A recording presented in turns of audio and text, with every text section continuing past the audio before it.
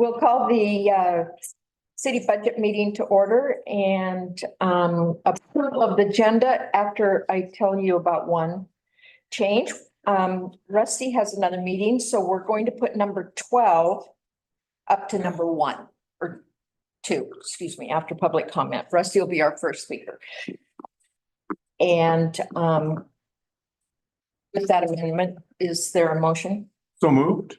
Second? Okay, all in favor? Yeah. Yes. Any opposed? Okay.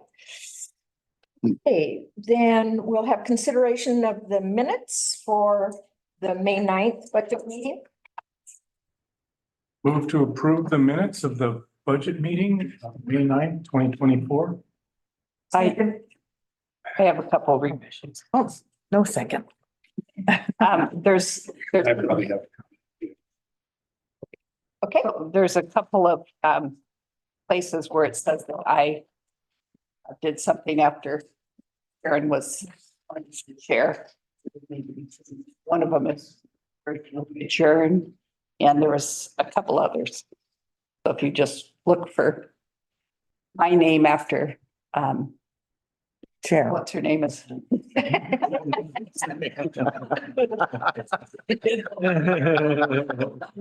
can say I made an impression. I almost called you Abby. No, that's not right. Thank you, sorry. Okay. Any other corrections or additions? Tim? I just have a comment. I'm going to pick on Ron a little bit here. This is middle of page 4, reference page 45. And I think this is accurately reported, but I just want to get a couple of things. So, Ron, a couple of things that you said. City earns more interest on its idle funds than it pays or will pay on existing or pending bond debt. I have 2 issues with that. One, I don't know if you remember something called long-term capital management. It caused a near financial crisis in the 1990s. The Japanese economy melted down, and the reasons were the same. It's called a carry trade, and this is a carry trade where you either borrow short and lend long, or borrow long and lend short, and it's beautiful until the moment it falls apart and then your bank. Okay. And so because in this case, we borrow long and lend short, but all of a sudden maybe interest rates go down and our projected revenues, don't work out the way we thought they were. They don't. Madam Chair, I think these are interesting comments, but I think they're not appropriate for where we are. Okay. Do you have a correction or an? We'll talk about this later then, when we get back to. I think that would be Fine. great. Okay, Okay, no, that's. if it's this conversation, then let's just stick with additions and, It's fine. but, okay, we can have that conversation a little bit. Okay, Second. I seconded the approval of minutes okay, and so it's as amended. As amended. as amended, yes. Okay, all in favor? Yes. Yes. Okay, any opposed? Okay, thank you. Thanks, Tim. Okay, then, have public comment. Do we have any public comment? Any Zoom? Public comment? Nope. Okay. Then we'll move on, and like I said, we're going to move number 12 to our first presentation, and that will be Rusty.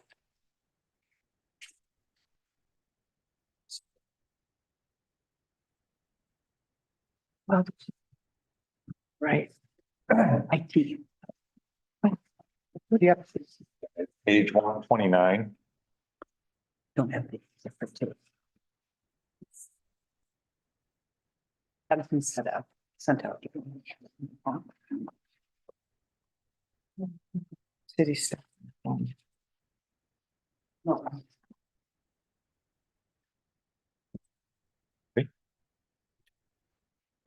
IT actually is pretty simple. There's not a ton of changes on the IT side this year. Most of the software costs are still the same. Those are just general, things like the financial, system, the cell that we use, our, email that we use, and office licensing. I'm trying to think if there's anything else in there. There's nothing else really changing in that one. The services are, pretty much the same as well. Those are like renewal costs for spam filtering systems, our firewall. There's some software that runs on that helps keep the definitions up to date to keep bad things out of our systems. I don't think there's any other major changes in that one either. The only changes that are in mine, different from last year, really are I put in some money for video conferencing and temporary move in case we need it. We're still working out the details for the meeting rooms. I'm not sure if I'm hooking up more than one location for meetings. Might be looking at two different buildings potentially. So I have about 20 grand in there just in case we need it. The other thing that I am budgeting this year is we're replacing our switches that we have in our server room. I have 20 grand in there for that as well. I think that's really it. There's not a lot of changes on the IT side. But your budget went down. It did go down. Did We replaced some hardware servers and gear last year in this budget cycle, so I didn't have to do that again this year. Yes. Have any, Where are we with the backup we've been doing in the past? So for our backup system, so we have a physical backup on site and then everything gets replicated to an Amazon cloud. That is completely off site and we can restore from that at any point in time. So it's all there. We probably will change some things when we build the new police station. We probably will end up storing some stuff in the city hall location, but it'll also be replicated to that site, which would be completely out of the inundation zone. And then we will continue to have that offsite beyond that as another layer of backup in case something happens. And are we caught up with it? Yes. Thank you. that's great. Any other questions for Rusty? Thank you. Okay, now we're back to Ron. Hey, finishing up, but before I continue with the prepared food text, I wanted to make sure that everyone was introduced to Tim Collier, our new. Today's his first day in his employment contract that he is not answering any questions on his first day.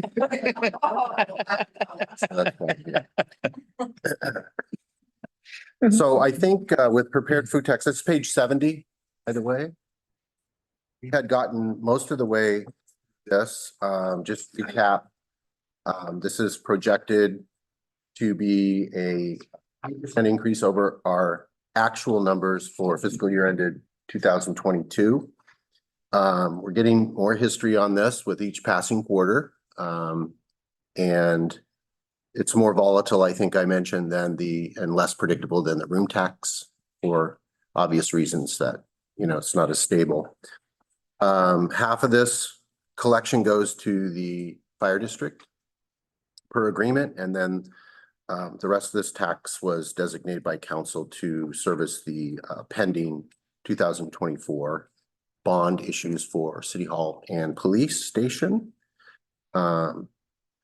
There is, I think, then question was asked about the 15% contingency, and I explained the methodology that the previous finance director used for that, and Bruce requested these 15% contingencies. And in this case, what it would be used for is potential changes between this estimate in bond principal and what it might be when we actually get there. We don't know when that'll be and what conditions will exist in the bond market at that time. So I think that's it. I don't think we got to questions. If any questions on this new fund? Just for transparency, when, it was done, we, floated the bond and it passed and everything, 50%. Now I understand there's a contract and they pay a 5% administration fee. But when it says 50%, shouldn't it show 50% of what you're estimating? For, I mean, it's only 21,000, but if you did 50% of that, and then, you know, there's gonna be an expense, I understand, for the 5%, but it would be a truer picture. And that way it's just, when somebody looks at this and they know that they're supposed to get fit, well, how come the city's keeping $21,000? You know, we understand that. Personally, Get it. yeah, personally, I agree with you. I don't know why she chose to just use that same amount. But both of those numbers are estimates, but if you're gonna estimate the revenue, you may as well estimate the payment because Payment. and something that I'm sure we could change if there was consensus that we wanted to do that, would just true up that number. Lori is no longer an employee of the city. Correct. She's not setting policy. No. So why are we talking about her at all? Because she prepared this budget. Because she That prepared. it's not, we're going to be asked to sign this and vote as our best estimates. We'll be able to make those changes Okay. if we'd like to. So Ron, this might play into what I started to comment on. In that paragraph, you said we were more interest, I think we're at about 4.01 or something like that. I can't remember exactly what it is right now. Which interest are you referring The to? interest on the state's fund. Oh, it's currently 5.2. 5.2, okay. We earn more on that than we will on pending on bond debts. So in this circumstance, you took an estimate or you stated a fact that you knew what that interest rate might be within a range, right? These bond payment numbers that appear in this budget are the most recent estimate from our bond counselor. Right. And I think those estimates were done in early April. So I guess what I'm trying to reconcile is you saying you know what the interest rate is, or you know rough and around what the interest rate is on the bond. And then there's still. We haven't even issued the bond, so we don't know the rate. The rate and the budget are based on an estimate. Right. So it's just unusual that you're saying, quote here, we earn more in interest on the idle funds than it pays or will pay on existing or pending bond debt. Yes, based on, We can't really say this. all that's really saying is that right now, we're earning more than what the estimate is that we will be paying. That's all that was meant to say. Okay, on pending bond debt, it really doesn't apply, is that correct? Because there's uncertainty there. Well, we don't know. Yeah, we don't know. So one of the reasons I've been sort of drilling on contingency relates to the expense side of the P&L. Reserve funds relate to the revenue side. So there's uncertainty on both for most accounts that we would talk about. I'm not sure, this one might be one where there is an uncertainty. There are others where I'm not at all convinced that there is uncertainty. But we have contingencies on both the revenue side and the expense side. And we increased the expense side by 50% this year, from 10% to 15%. That's correct. Right. So we feel that's our best estimate. Again, the previous finance director put these contingencies in at the request of the city manager. Okay. I'm not defending the But she's not contingent. going to sign this. Yeah, so that's why you're here, to make changes or ask questions and have a discussion with the rest of the members. I don't feel it's our best estimate.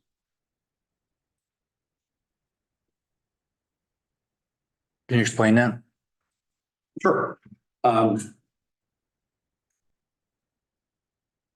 I think we're being overly conservative. I get there's a spectrum. Councils can be spendy or they can be conservative. But we're being conservative on both the revenue side with increases in our reserve accounts.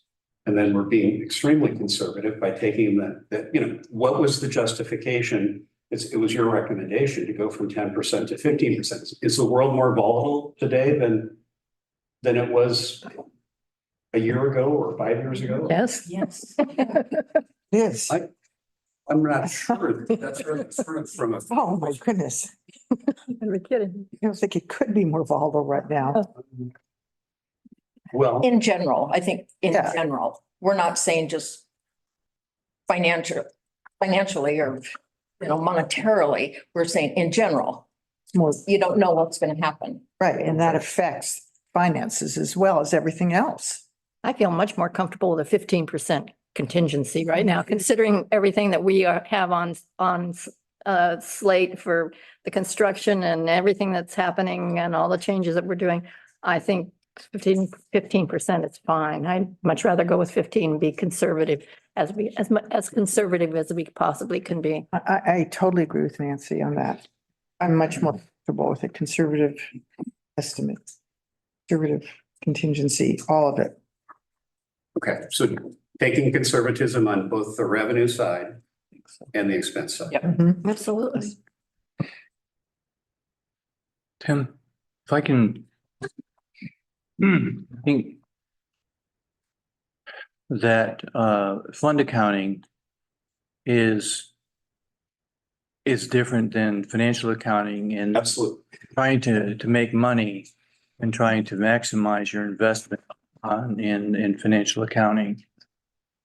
In fund accounting, we are an ongoing entity. We want to make sure that we do well this year. We want to make sure that we're setting ourselves up next year. And so I think that tends to create more of an attitude of conservatism and might go against what somebody's used to do in financial accounting, what their biases might be as biases of trying to be conservative. I think there's a difference there. Yeah, no, you're 100% right. Fund accounting is different than GAAP accounting. And it's odd because we have to call it a balanced budget. Right. At whatever level. So I guess my comment relates to transparency. If we categorize this as expenses rather than, I don't think it would change it's not going to change the overall budget. But to me, this is money that essentially is further padding the reserve fund. Mhm. Because we arbitrarily decided to go up by 50%. That's a big change. I think we've done that for multiple years.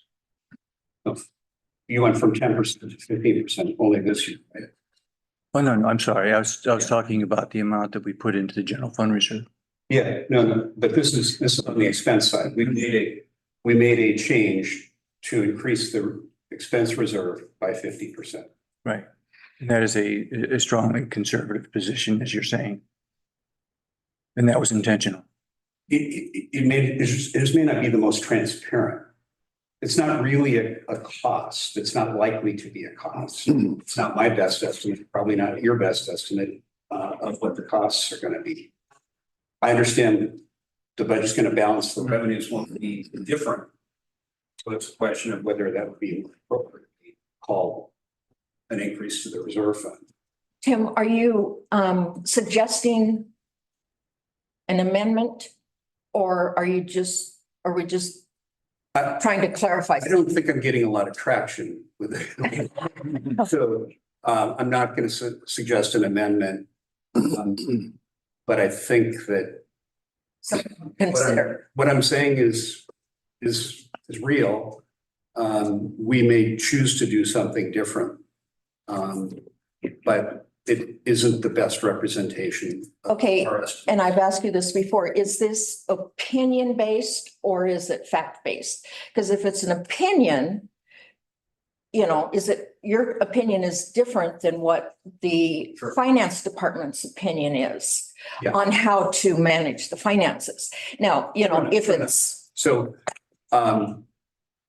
all of you reacted negatively to my comment that volatility is down, not up, but it in fact is. Inflation is down, not up. This month, Slightly. Well, it's a pretty good long trend line. well, So for us to take a point of view where we think volatility's gone up by 50%, when background noise volatility has decreased, I don't think is intellectually consistent. I think you have to think of the volatility of what we're doing here in the city as well. I mean, we've got, This doesn't, But- none of this pertains to the big projects. well, yes, it does. A food tax does. I mean, it's going to pay for the city hall and the police station. So it does pertain to our construction projects and everything that we look at, including the reserve, the general fund reserve, has to do with the construction projects, not to mention the other projects that we're doing on top of the three construction projects. So you can talk about the volatility of the world, and that I think is still much more volatile than it was last year. But you can also talk about the volatility of what's going on, what the city council is trying to achieve in the city. And I think we need to be as conservative as possible so that we can pay for what we're projecting to do. okay, can we finish this conversation at good of the order or something and move on with, if you're not going to make an amendment? A motion for, okay, then let's move on. Thank you. Thank you. Can I just ask for a clarification? Sorry to delay this even We're more, done. but wow. The bond sales estimates, principal payments were estimated in April. So these don't necessarily reflect the most current information of the bond. that- No, but we have been getting updates verbally about how the market has changed. It has not changed significantly Okay, since then. but I mean, there is some, question there. I guess I'm kind of At some saying point, that. So there's no answer to that because it's, a number. you know, we don't know until we do it. Recent estimate. Yeah. That's what Lori used. And I don't know what else she would have used. I mean, that's Right, that's why we get that estimate. that kind of answers my question, I guess. Anything else on the page 70? Not go to page 73. The RV park funds. There's not a lot of changes to this. This is what houses the revenues and expenses from the RV park, which appear, you see the 3 million roughly income and the overhead number of 2.3 million below in expenses. That comes from the RV park operations. The other expenses we allocate to this fund from the city for its expenses that it incurs Mhm. in owning this asset. And as we've seen, there is a transfer to the general fund, as there has been in the last couple of years, to the general fund. And then there's also a reserve that's being billed because depending on what council decides to ultimately do with this asset, if it remains an RV park available, at some point needs some major renovating and redesign. So otherwise it's pretty consistent. And I don't know if anyone has any questions, but I do. Yeah. Is there going to be a renegotiation of the contract with the RV park? Bruce has decided to do a 2-year extension, but we're rewriting portions of that. And that's in the process now of being negotiated with them. And then I think, Bruce, that was to buy time, to look at the entire agreement. And then rewrite. There just wasn't time with all the other stuff going on. Okay, so, and they've accepted that extension, right? Not yet. We're in the process of negotiating that with them. Okay, so the budget here is if things remain the same, Yes. which they may not. Yeah, well, the only thing that you would really see is a change in the management fee. Right. And that did go up because we knew they were going to ask for a $200 a month increase in their fixed fee. But there's also a variable portion to this management fee in that they get 3% of the net income. So that's a moving target. And the RV park is trending to make a little bit more every year. So that fee goes up a little bit. They're not asking for a higher percentage? No, not in the variable portion. Okay. Is there no opportunity to move this to month or a 1-year extension? Sort of does shut down. In the fee? Potential responses on affordable housing. The fee is monthly, the fixed fee. No, I'm talking about the contract. that you- Oh, you'll have to ask Bruce that question. Instead of 2 years, Bruce, Tim, I believe is asking if you could go month to month. 1 year or month to month. I will say that it's cancelable. I think it's 30 days, so I don't think you're necessarily locked into the whole time period. There's a way out. Right, and realistically, if we do something, in my mind, it would take 2 years for something to actually happen. And what I wanted to do is to try to make sure that we had a vendor that would run it for the period of time that it would probably take. We have the ability to go out quickly, more quickly if we want to. So there is a early termination. Yes. Ron, can you tell me what kind of expenses come out of the RV park reserve? You mean the next fund we're going to be looking Is at? that okay? I'll just wait until we Yeah. to that. Okay. Any other questions on RV park fund? Got kind of a strange one. So I think I understand why you wouldn't put the amount that's paid into the room tax fund on this. But how is it that we would be able to get a true picture of the true revenue of the RV park without that amount? Oh, it is, as I said, it is essentially the RV park revenue you see here of the 3,016,000 less the overhead, which is the 2.295 million. That comes from, that's their operating income. Is that what you're looking for? Is like what I'm not sure if I'm. No, the amount that's paid into our room tax fund. Oh, well, there's a transfer here to the general fund for 300,000. So is that not what you're asking? Yeah. Where is that? It's below capital outlay. I thought that's what you were referring to, Brandon. Maybe I'm not understanding. There's the transfer to general fund and transfer to the RV park reserve fund. Line item that says TLT from RV. Okay, so all this is showing is the transfer into the general fund. From there, all the general fund money has its own transfers, and it just so happens that one of those is a transfer out. And I think Lori labeled it from the RV park, but it's really just, it's coming. It goes into one and then goes to another to pay. So we don't have an exact number of dollars that are collected there for TLT. It's all just in the. I got you. What do they contribute to? Right. Bing. Okay, yes, we can certainly get that for you. I don't have it at hand. Is that what you wanted? But you are saying one of those numbers has the 30% portion of the TLT. No. No, I think what Brandon was asking is, More than 30% portion, that would just be of the increase, No. but he was talking about the room taxes collected at the RV park for sites, yes. like a motel. So he was saying, what is that revenue?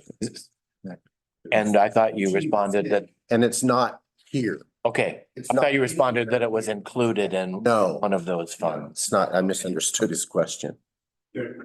I rarely make my point clear. Thank you.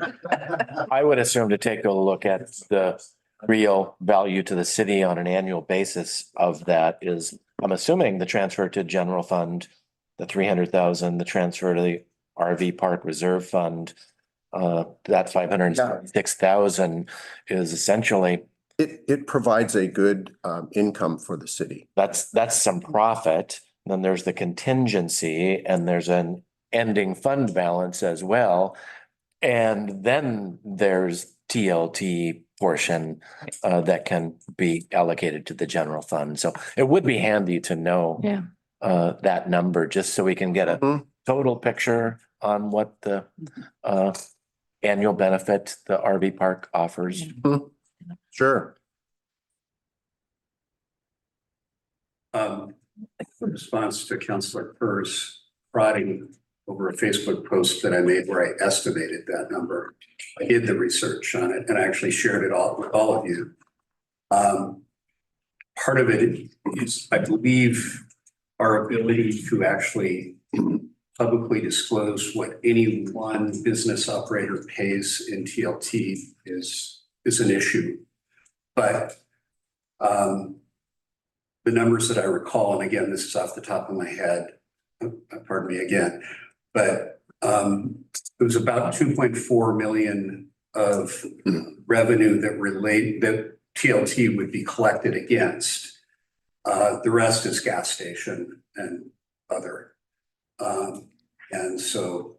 And then there are obviously a portion of that goes back into tourism dedicated and a portion is eligible, is part of our general fund. If I'm remembering correctly, the TLT generated was more than $100,000, a little bit more than $100,000. Is that a problem, us knowing from? I have to run that by the city recorder. So before I answer any questions, I always run things by, say, can I Okay. get this information? So I'll find out and see Okay. at what level it can be provided to you. Yeah. Thank I you. asked that information before and I got that answer, but there is another P&L that exists on the RV park where it shows a breakdown of what the revenue sources are for the RV park. So obviously you exclude everything but the rental portion and multiply by. Yep, if you had that information, it'd be a really simple thing. I have it, but it's not for this year and I couldn't figure out how to get it again. Yeah, we get financial statements every month from the RV park, so obviously that information is easily available and I'm sure that at some point we can. Yeah, you can probably share that, Have it. say, one could infer that it is 0.085. And it could be that since the city owns the business, that the different rules apply than other businesses in town where you can't disclose that kind of information. So I'll find out. Information. Okay. Thank you, Ron. Anything else on the RV? I just have a question. Yeah. Why, I remember I asked a long time ago for some information on the Christian Conference Center TLT and was told that I couldn't get it by the city attorney. Why is that? Do you have an answer? I can't answer that question. I'm sure Jen could, or. I think it has to do with competitive advantage. If I know how much you're paying in taxes, then I know how much money you're making.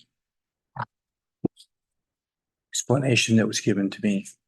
And that makes sense. Yeah, we get a lot of those requests and the answer is usually always no, but I don't exactly know why. We usually defer those questions to Ashley and Right. And she said, "Oh." whatever she says, we just do. That's the comfort center. Oh, sure. Yeah, right. Come on, Lisa, you can do it.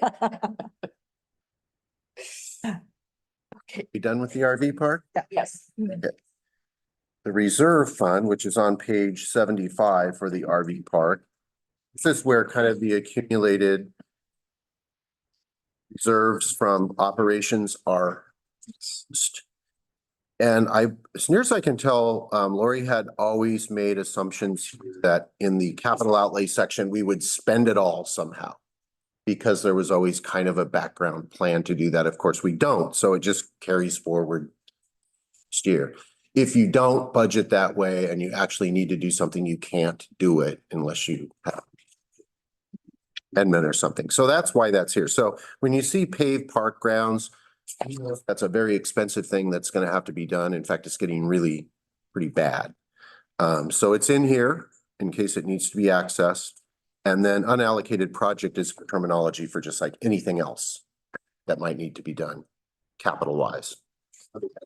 Really nothing to this fund other than a transfer from the operations and assuming it might get paid out. So it says transfer in 100,000. Is that because it's only 7 months? I'm sorry, Match the transfer to RV Park Reserve 276. It's on page 73. It says a transfer in Mhm. 100,000. Is that because it's 7 months? no, that was the budget that was adopted last year. Oh, 2024.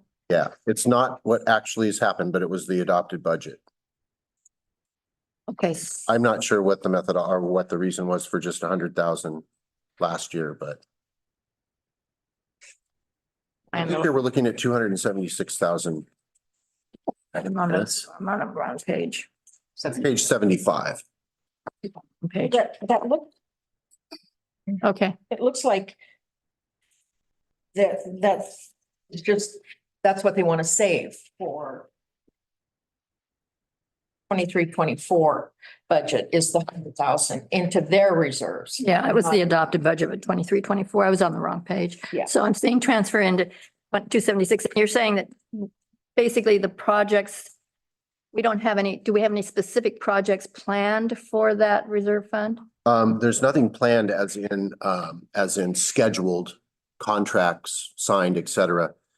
We do know that is a very rough estimate, that $400,000 for paving. Paving, as you know, is hugely expensive, and the managers of the RV park have been after us for quite a long time to address paving. Okay. So it has to be done soon. So we put it in here. One of those things where we get through the summer and they say, hey, you guys got to do this, or stop using it as an RV park because it's falling apart. And I know you guys are going to be talking about the RV park or are in the process of doing that. Bigger. So once that settled, this can become more concrete. But none of the 462, 540, Did not. so that just rolls in. Yeah. So say we no longer had the RV park, what would happen to the residual amounts in this fund? What would we be able to use it for? That's a good question. Well, this is part of the general fund. So as I understand it, it would be able to be used for general fund purposes. We're not restricted in any way. No. Okay. Other questions on the reserve fund for the RV park? If not, we'll go to page 116. Debt service fund. This fund established, I think, originally to make bond payments for the several bond payments that were kind of combined in 2022 for a couple of different purposes. I think the Ecola Forest Reserve was one, the wastewater treatment plant, I might be missing one, but they were all combined.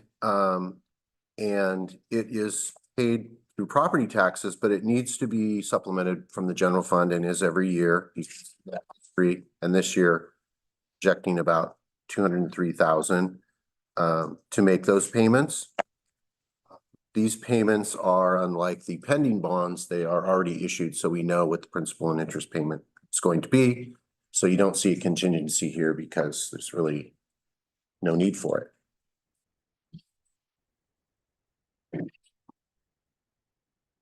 And that's all I have to say about the debt service fund. So there are questions?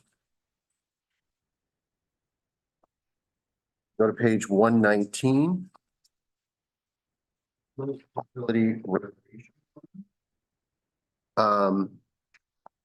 This fund is kind of an ongoing balance of bond, 2002 bond proceeds, and then the pending bond proceeds combined. And it simply assumes that we're going to build the whole project in the next fiscal year. We know that's not going to happen in the timeline. But again, you put it in here because then you can spend it if you need to, if things miraculously get ahead of schedule or something. So whatever's not used would carry over to the next year and construction would continue, but that's all that's here. Is bond proceeds and building the project.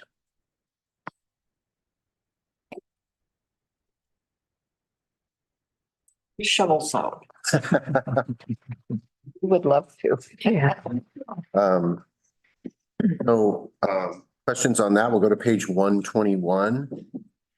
It's, a similar fund. It's just instead of for CBE, this is for the city hall and police station construction. So this budget, by the way, assumed that this bond issue would be done prior to the fiscal year end, June 30th. Still may happen. We don't really know. But it assumes that that's why it's in beginning fund balance, because that bond would have already been, those bonds would have already been funded into our account. So we have a transfer in from the general fund of 225, and that specifically relates to things that council wanted to do that were outside the contract or scope of the project for bond proceeds. If you remember, they were, I won't remember now. There were two of them. Oh, they're listed right there. Yep. The Connex boxes and the relocating the garage. So if you remember, you guys said, let's not take that out of bond proceeds. Let's take that from the general fund. So that's what that transfer is.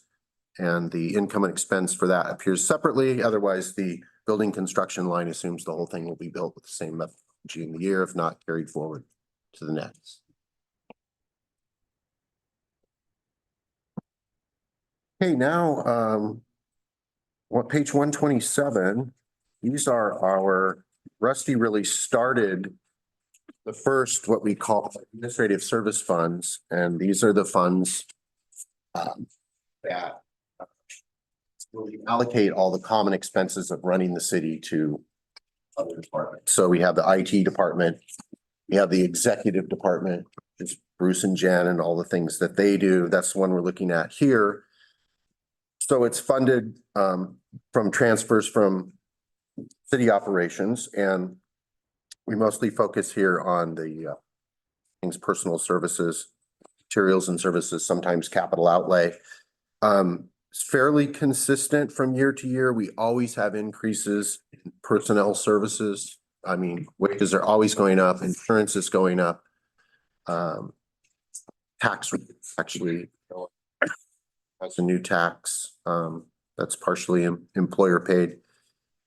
This one doesn't have a great deal of changes. The only significant change I think is in contractual services. You said it's $100,000, and that is for a very large digitization. Is that the right word? Scanning all of our old documents into digital files and then moving on from there going forward to have all digital records that are accessible online and no more paper. So that's the biggest change there. Any questions for executive department? Okay, we'll go to finance, page 28, and this is the same story here. Have had a couple of staffing changes that increased the wages. We also have some, with those staffing changes, we have different insurance coverages, so that increased a little bit more than usual. I think Lori bumped up some things that ended up being a little bit more. Audit was more expensive last year than what that budget reflects, so she increased that. And we put a little more in training and education for some things that we have planned there, the finance department. So all in all, it's fairly consistent, but the usual increases and usual otherwise there. And the last one on page 130, central services. That's really just things like copier, office supplies, utilities, postage, etc. That. And so we pull money in from all the other funds to pay their share of what's in here. Obviously, the biggest is our property and liability insurance, which this year is going up more than it has in the past several years. CSI, who we are with, had its first $1 million claim, I guess, recently. That's what they cite as the reason, but I'm sure there's more things going on in the insurance market that are causing that to increase, so. And I think that's about it. There's any questions? If we could go back to page 127 real quick. Mhm. Do we, I'm questioning the legal services. Mm-hmm. Do you think that's enough? Bruce, what do you think? We talked about that. Yeah, Yeah, it's a good question. The budget last year, I do not have at hand what we have spent this year, but I'm willing to bet that it's every bit of that. Yeah. 125, so. I think there's money in Steve's funds too. Okay, Well, Steve has his own budget and that would get charged there for land use things. This is Right. more Ashley, contract negotiations will be over with. You won't have the contracts, the building contracts. I think was your reasoning is we're not gonna have all of that stuff going forward where we have for the last couple of years, where you have to have the attorney there for so many things, especially with the bond issuance. So some of that might bleed over into this next fiscal year, but when those things are over, theoretically, we should not spend as much Okay. in legal fees, but it's still change it if you wish. but we have We have a few, pending litigation. Right, That's, that will bleed into, well, yeah, That is, you're talking about in land use? no, no, she's talking about the bond measure. However, if we win, of course, you don't know. That was, yeah. Wouldn't have to, attorney fees would be paid if you were successful. not necessarily. because at the time of this projection, Right, that we didn't. We didn't know. we did not have any idea of it. That's not necessarily true. Those attorney fees would be paid anyway. yeah, Thing to you have no idea really. Yeah. Right. And It's a guess, yeah, for sure. right, And you're paying almost $600 an hour for attorney's fees. One attorney, and for two, it's more like $1,100. Yeah. An hour. Do you have an amount you think we should? I don't think we have complete information here because, I mean, we budgeted $125,000 last year, but for some reason we felt comfortable dropping down to 100,000 this year.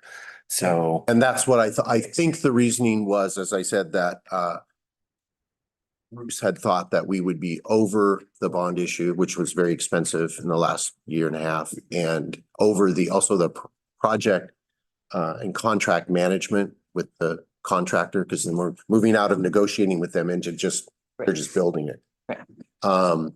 You could just say, we don't know, we'll leave it here, and if something happens, that's something that your general fund reserve is for. For these sorts of things. Aren't you supposed to, when you know that you've got stuff, General fund You're supposed contingency, to. beg your pardon. budget for it and not? Yeah. Yeah, absolutely. We just don't know. I mean, I don't think we're able to provide any more.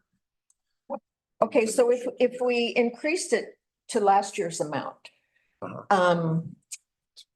that would come out of where? Just, In this particular fund, it's a very complex thing. It actually changes all of the numbers coming in. It's just like, we need that much more to be allocated to this fund because this fund is supported by every other fund. So it affects many, many, many. thing to make that amount. You have to change many accounts, right? I think there of the was, resource funds here with us. Yeah. Maybe a portion of that. Yeah, we'd have to do that allocation then it changes every other fund. I think you should plan on that eventually, because I don't think 100,000 is gonna make it. I think there's a couple of things. Some of the funds will be expended in this fiscal year. It won't all be next fiscal year. Right now, but And I- also if we, Sounds like some interfund transfers ahead for us. I sound like it. Yeah. Well, It'd be easier to do an amended budget later if. I think it would be a good reason to access your general fund contingency. Yeah. Oh, okay. Yeah. You just do a transfer for it. And then that's what that's for. That's for. There are things that are unforeseen or you can't predict that, you know, if they end up costing more, that's what that is meant to cover. Okay. And you've already built As long as- resiliency into that. That we can get to easily. That's. Yeah. Should we need it? Okay, thank you. Okay. I think, Sharon, we're ready to go to Public Works. Karen, want What page is that? and I'd be happy to give up my seat. Page number. Delighted. 7 to 30. Ron's got the chair all the way. No, I won't. I'm not leaving. Exceeded your time a lot. Thank you, Ron. Thank you very much.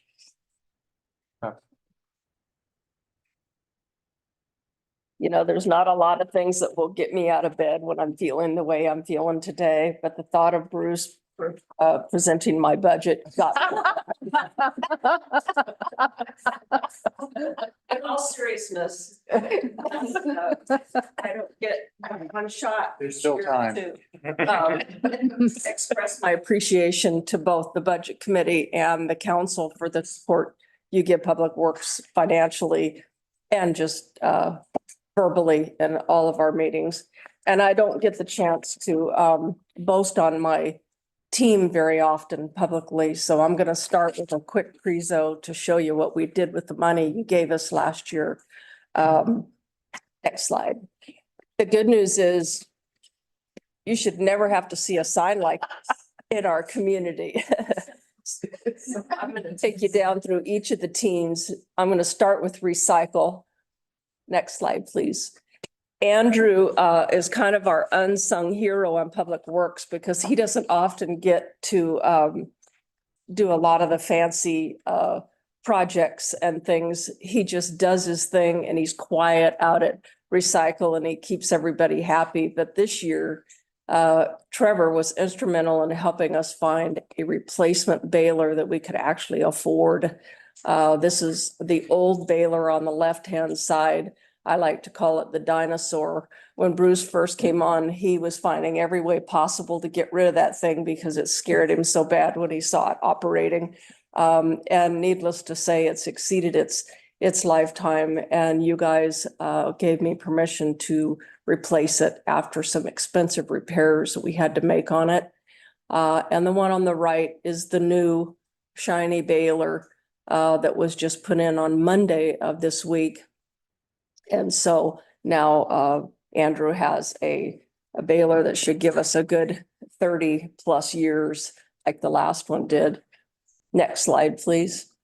Water is next. And they, besides the water resiliency project, they did the East Harrison water line replacement where we had a stick of PVC still in the ground from spruce to elm that we wanted to replace with HDPE, but we also needed to make some storm drain improvements and we had some repairs to the sewer lines. So we coordinated this with all of the roads, wastewater and water and got it all done in one project. So that was a successful endeavor. That project came in under budget, by the way.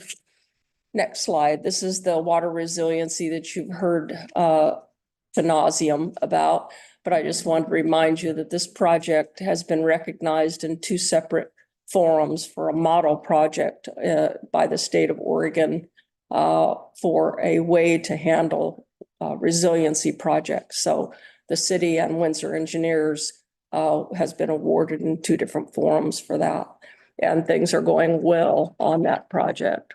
Next slide. Wastewater. These guys, we've got 3 rock stars in wastewater. One is our newest member that just recently got his level 1 certifications. He created a record for the team because he took both his treatment and collections test on the same day, which most guys don't do. That's like masochist behavior when you go to a testing center, usually do 1 test at a time, but he decided to cut the dog's tail off all at once. And he took both tests back to back and he passed them both. No surprise. He did lots of study beforehand. So Mike Brown as our leader has done a great job mentoring both Marty and Jet Johnston that joined us and really brought this team to a whole new level. So last year you gave us the funds to put a cover over Matanuska pump station. And what you're seeing here is the effort that is currently underway with them moving all the electronics from the old, what we call the electronic hut that was inside that cover. We disassembled that and they're moving everything to the outside walls of the new cover. So they had to break up a lot of concrete to get that hut out of there and get everything moved. So that is underway. Next slide, Trev. Siuslaw Pump Station, they did a building add-on to put a permanent generator in that pump station. Thanks to the Council and Budget Committee for funding that. Turned out very nice. Parks was involved in this as well. AJ did his final touches of landscaping around that when we got done. So next slide.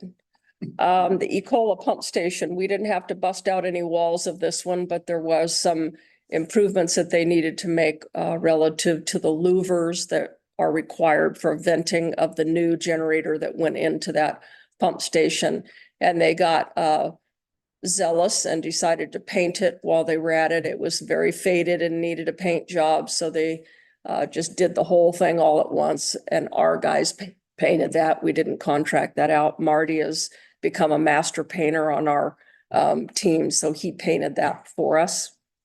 Next slide, please. Midway Pump Station was the other building add-on that we did to put a permanent generator in. Turned out great. You see Jet standing by that generator. The inside of that building is now painted. They painted it and sealed it inside.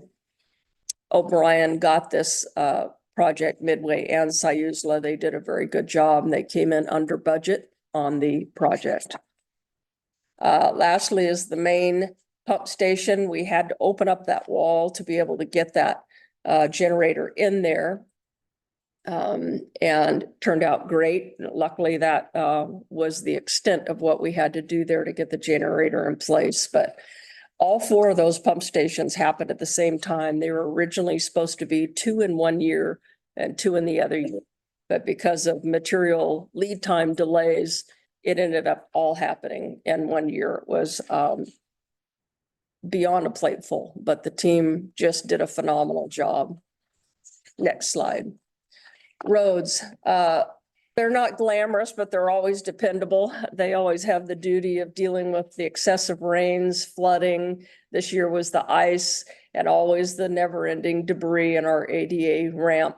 But they've done a really great job keeping up with it, keeping our gravel roads pothole-free and so on. Next slide is the Center Street stairs. Both roads and parks helped with this. It was a collaboration between the city and OPRD. State Parks actually funded $15,000 of this because that stairway straddles both of our footprint. Part of it is in their footprint and part of it is in ours. That is being finished as we speak. We started at the bottom and worked our way up. It's an extensive set of stairs. I should have had a better, more elaborate picture of the before. We had a big piece of rebar that was very, very deep in the ground that we couldn't pull out and it was sticking up that somebody could have easily been injured on. And that really is what started this project, is that whole bottom area where those rocks are was just incredibly unsafe for people to go down that stairway. So it was a great partnership with State Parks, and we're going to be happy to finish that up before June 30th. And the last slide, Trev. And Parks. AJ is our other new member on the team, and he is a rock star for sure. He is putting irrigation in the downtown park. They had been watering that by hand. That's our only park that we irrigate. This is all low flow sprinkler system that he is doing himself. We did not have to contract this out. And we will be able to control the amount of water that we're using at the park a lot easier this way, put timers on it and things such as that. So that's towards our conservation effort since we water this park. And then, of course, our Tree City USA that we continue to keep in good standing with. And we did some tree planting recently for 12 Days of Earth. So that's some of the key projects, many more, but that's what we've done with your money this year. So I'm going to start you off on page 37.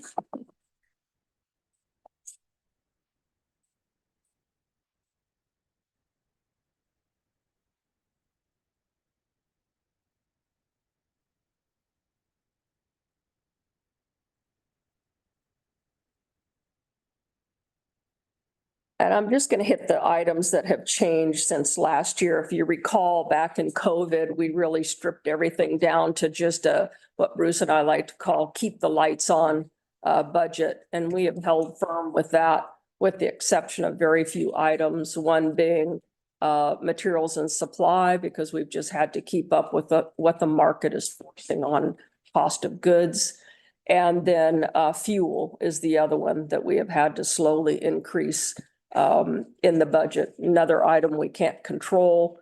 The guys have to be out in the field, especially our water and wastewater. They're out at all hours of the night and day. It's not just a 8 to 5 proposition. So in parks, what you see is the flower baskets, 62165 went up from years in past. We've negotiated with our current supplier to actually change what's in our flower baskets to try to control the cost, keep it as tight to the $1,000 as we could.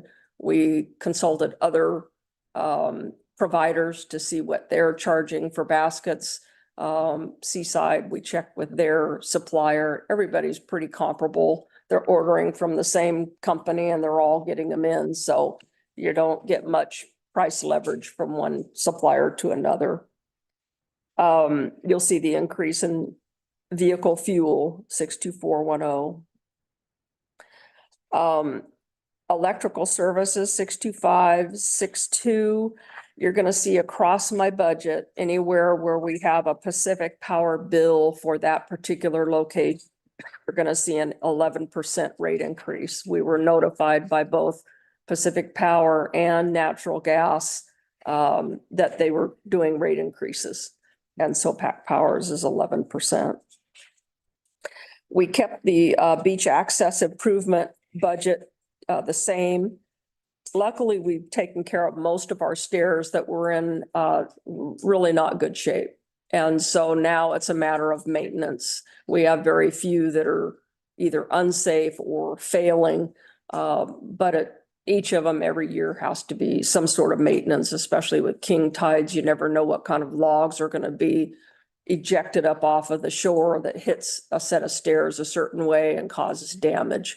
But most of the ones that we've been able to improve, we've done with the galvanized steel handrails and whatnot, so they can tolerate a lot more abuse than the old wooden handrails could. I increased the training and education budget, 62830, for AJ as our new employee. He has expressed interest in getting his CDL license, and we want as many of our guys on the team to be able to operate heavy equipment, not only our own, but if we were in an emergency situation and we borrowed or utilized any other municipality or the county's heavy equipment on a loan basis, we're required to have CDL operators to operate it. And so AJ has expressed that. He's in the process of getting that as we speak. Any questions on parks? Okay, next is the parking fund on page 38, and there's no changes to that budget. And page 39 is the public restrooms. The changes that you'll see there on 62310, the electricity, that is specifically the hand dryers and fans and lighting that we have to have. Excuse me. Cannon Beach Electric or any of our other electric contractors come in and make repairs to. And then 62568, the janitorial services. We've been lucky that our porter service has not increased our porter service fees in a number of years. The only thing that has gone up has been the supplies that they provide for us, which is not something they can control either. But we did bring on an additional seasonal help part-time in the summer for them to be able to keep up with the demand of the tourism and the trash cans being full. And it's a, excuse me, part-time person. So you'll see a slight increase there.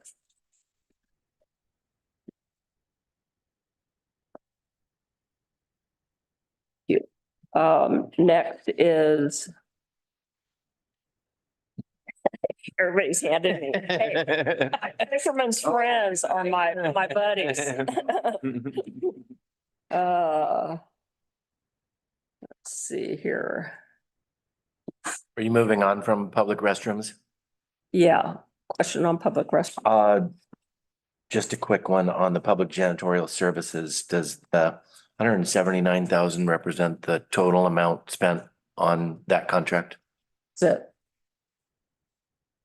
And does that include pickup of litter in all the garbage cans that we have in the That includes everything. And I got to boast on these guys a bit too, because that's our public bathrooms, but all of our trash pickup and throughout town.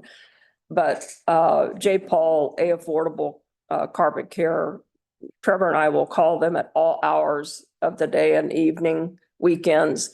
They can do minor plumbing issues, like if a toilet's plugged up, they can try to clear it before we have to call a plumber and pay 3 times as much as what we're paying our porter service. And many times they can clear it. And so they save us a lot of money in acting as a bit of a plumbing service for us as well. Same thing with sinks. Our sinks have the sensory on them, and sometimes we'll get a call, people say, the sink's running, it won't turn off. Sometimes that's just a change in the battery that's associated with the sensor, and they know how to do that, and they can do that for us. So they're kind of a jack of all trades for us. And like I say, we're very lucky that we pay what we pay and get what we get out of that crew. They have gone through some resource changes last year. They had a death on their team that set them back quite a bit. He was Freddie was one of the best. He was our Les Schwab of our porter service, worked really hard, and he passed away. And so they have replaced him, and they're training that individual. And it's going to take a little time for them to get their feet on the ground, but the team has rallied and helped each other out. And Jay himself has taken the shifts that Freddie had until the new person can really get in place. So, any other questions on that? Nope. Okay. Make sure you wave at those guys when you see them. They do a lot for us. Okay? And they take a lot of Yes, they do. grief from people. Oh, yeah, I hope not. Oh, they do. yeah. That's terrible. That is terrible. Yeah. Nobody I recognize, but I go over and say, you know, they're doing their job, they're picking up their garbage and. Visit somewhere. Yes. So anytime we get a chance to say thank you to them. Yes, I can't say enough Oh, yeah, about them. yeah, They work tirelessly, just as you've explained. Yeah. Do a fantastic job. You know, they have a great sense of humor. They have one of the dirtiest jobs and a great sense of humor, because every once in a while they'll send a text to Trevor and I and say, what do you suppose happened here? And Tessie used to love having a wall of shame for what the public would do to our public bathrooms sometime. And it's pretty shocking that these guys are amazing. They take it in stride and keep those bathrooms looking good. You should have one of those pictures so that when people complain about the stainless steel, Yes, you can show them why. It's not us that wants that. It's yes. The numbers, numbers that have caused that. yep, the number of porcelain fixtures that we used to have to replace because people would literally jam it full of sand, rinsing off and or rocks that would cause the porcelain to actually crack. Now we have prison toilets. Really disappointing, so. That's right. I know, but it's their fault. It's fine. Yeah. It's not a prison toilet. It's a Yeah. stainless steel toilet. What was great about the stainless steel is that during COVID, the public was so afraid to use public bathrooms because they were afraid they weren't clean. And the porcelain toilets are very hard to clean because they have a lot of grooves and, Right. crevices and things. And so the concern was justifiable. With the stainless steel, they're very smooth and contoured and very easy to keep clean. And so it was definitely a benefit for us to have those during that period, So they, you see them a lot of places. I see them in a lot of the casinos. I see them in the airports, and I go in and I go, it's Hey, it's like, Yeah, we've gotten quite a few complaints about It the seems prison cold. toilet. They seem cold, but I don't know about you, but my mom taught me not to sit on a. oh, yeah. I meant visually. No, I wouldn't, no, you don't do that. You use your foot to, yeah. Guys. All right, page 47, the Ecola Forest Reserve. There's no changes to that budget. If you do pay attention to our Parks Committee, the Stewardship Committee didn't make any changes to their plan this year because the changes they were already in the process of kind of collided with the next 5-year round of change that they would have done because it took some time to get in place. And so as a result of that, there were no budget changes associated with any of the plan changes. Page 50. That's just our SDCs. So that's our totals to date for the parks SDCs. Page 78. Question. Probably a Ron question. Uh-huh. There's no history of unrestricted fund balance, and we have a budgeted one this year. Difference. I mean, where did that come from and how? It just reallocation of doing things differently. To be honest, I'm not sure about the mechanics of that. Why that doesn't appear in history or why there was no adopted budget last year. So I might have to get back to you on why that. I was just curious. has- Saw a number and there was, Darren, okay. Darren, didn't we just add SDCs for parks? We did. Do we have SDCs before? We did not have SDCs Yeah. before, so that's probably the issue, why there's no history. And, Oh, it was added last fiscal year? Yeah. yeah, it was just added Oh. last fiscal year because That's- all we had was SDCs Yeah. for storm, water and wastewater. So parks was new, there wouldn't be any history. Okay, Okay. and that's only because we had master plan projects that qualified for SDCs. Okay, Okay, thank you. welcome. Thanks, Bruce. Mhm. Page 78. Hmm. It's our recycling fund.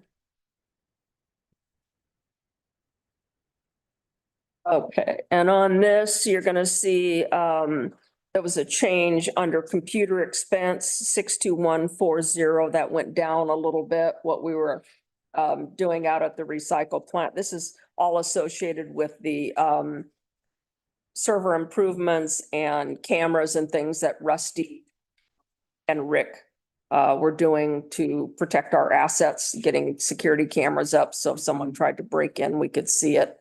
And we had some dead spots in town where even when our guys were at their work locations, I couldn't reach them on the cell phone, so he put some boosters in some of those areas to help with that. We completed that at Recycle, so that budget went down a little bit. And then equipment repair and maintenance, 62422, that was the baler. And that did get in this year, this week. And so that 45,000 we will not need next year. We carried it over because we weren't sure if we were going to be able to get that in and installed by June 30th. We were cutting it. So. And then 63300, the forklift. Recycle is going to get a forklift, but it's going to be shared between water, wastewater, and recycle. It's going to be kept out there where all three of them, because they're located in close proximity, can use that forklift. So the one that is there now is on its last leg, so you'll see that in the water and wastewater budget as well. And the contingency on that page is only 13%. It is. Okay. And I'm not concerned about that based on recycling. I mean, if we had a lot of projects, I might get a little nervous about that, but I'm not concerned about that for recycling. Karen, Yes. how will moving City Hall and Police Department out there affect the operations of the recycling center? I don't see that there'd be a impact at all on recycling. What were you thinking, Brandon? I don't know. I just wanted, since it's in such close proximity to there, I know it's just a parking lot. But We don't anticipate. I mean, you know, while we're doing the construction, I mean, there could be some impact just relative to the congestion. mhm. I don't think it's anything that we can't work around. It shouldn't affect the operation of the recycle at all. I think if anything, it's just the inconvenience of some of that parking area being taken.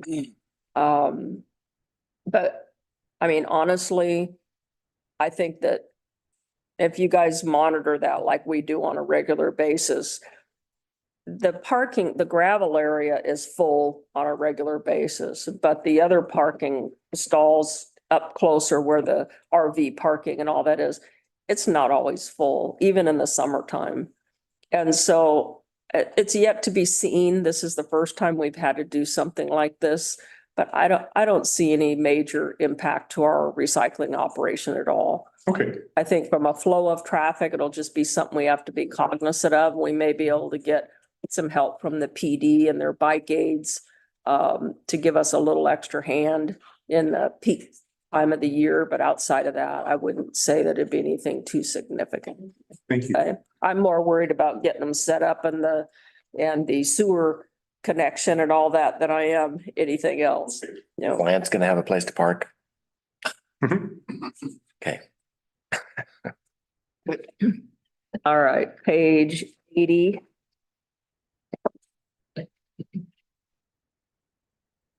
There's no change to that. That's our recycle reserve. Page 83, into water.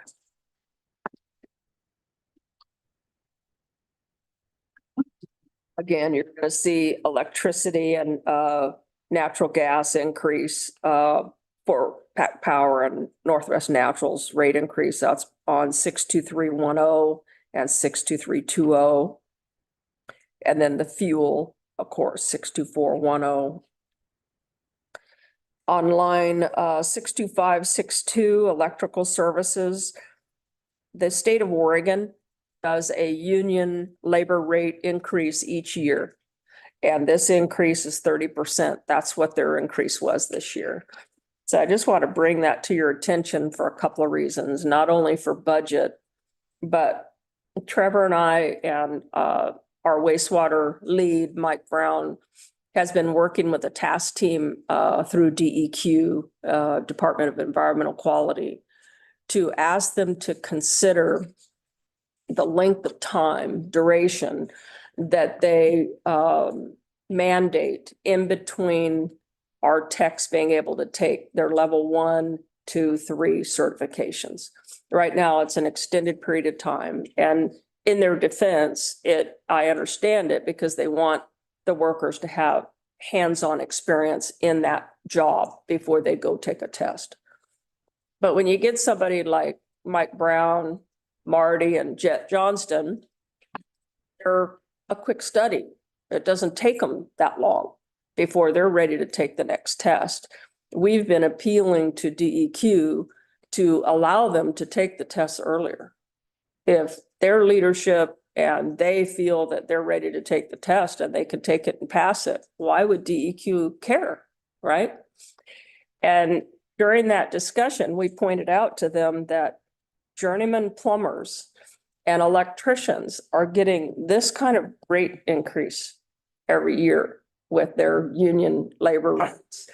And we stand to lose a lot of people to these other jobs. The testing for these things are quite similar.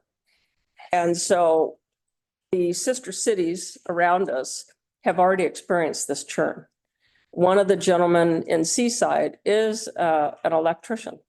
And so he can speak firsthand of what it takes to go through these tests and whatnot. So when we talk about having a hard time attracting employees and retaining employees, these are the kind of things that are important. And the certification program that you allowed us to put in place that created a longevity for our water and wastewater, in fact, our whole team, if they want to participate, went miles for our guys to want to stick around with the city and not look at something like this and go, geez, I could go take a test and be an electrician or a plumber and do better than I'm doing at the city, you know? But these are mandated. So when I have to contract out to an electrician, this is what I have to pay. This is what they bill me. This is what they're paying their guys. So you'll see these increases in our budget as those state percentages are changed. They're not always 30% every year, but that's what this was. So I thought that was interesting. When I saw that, I was a little bit shocked. But it was a very pivotal part of our discussion with DEQ. And I think those timeframes and those durations are going to be modified as a result of trying to help us get employees and hang on to them. The water charges went up quite a bit. I'm sorry? The water charges went up quite a bit. And that's because of all those expenses, right? No, actually, our utility rate increases are associated with our master plan projects. So those projects that we're wanting to do in our master plan is what our utility rates are paying for. You explain the reduction in total debt service, principal forgiveness or paid off things, what? We went from 17,000 down to 6. What line item are you on, Gary? Page 84. 66010. 84. Oh, that's associated with our loans. So principal forgiveness or? Can probably answer that better. I'll throw this out. I think what happened here is, these projects, the Business Oregon projects have been delayed. Is that right? Right. So I think what you're looking at with that 17,000 was last year's budget, but it's not reflective of actual at all because the loans came on slower. So those payments are much less. And I think Lori based the current budget on the loans that are in place now, not knowing if any others would be put in. So if we were looking at actual instead of budget for last year, this wouldn't be dramatic. Okay. On page 84. Are we on 84 yet, or have you got? You're just going on to 84. If you guys will let me walk through that and then I'll take all your questions. That's where I was. What I was gonna point out to you is on line item 62820. And 62830 and 62835. All three of those are associated with our employees getting their certifications. So they have to go to training to be able to keep their certifications current and then take their tests for the next level certifications. In water, we have Sean Cole that has been in water for quite a number of years, and he's never tested for any of his level certs yet. It is required under our permit that we have our employees trained at a certain level of expertise to run the plant. And so Sean has an objective this year to get his level 1 certs. Daryl has his level 1, and I've given him objectives to get to his level 2. And as you guys know, Daniel is our lead, and he's been with the company for over 30 or over 40 years, and he could retire. And so we have to be planning for that succession of our team that's in water. So that's why that increases that Daryl and Sean need to get their next level certs. 63003 is a new fleet truck that's been ordered. We're hoping it arrives by June. So the number you see there is a carryover in case that truck does not arrive. If it does arrive as expected, then it's paid for in this year's budget, and we will not use that 70,000 in next year's. We're hoping it arrives. Any more getting a vehicle is a very long wait time. And then 63300, the forklift, that's the percentage that water pays into that shared forklift. Okay, questions. Tim, you had a question on page 84. I figured it out. Thank you. So Anything else? And I have to say, on all these Business Oregon loans, I really leave it up to finance. I just chase them and get them, and I hand it off to the money people.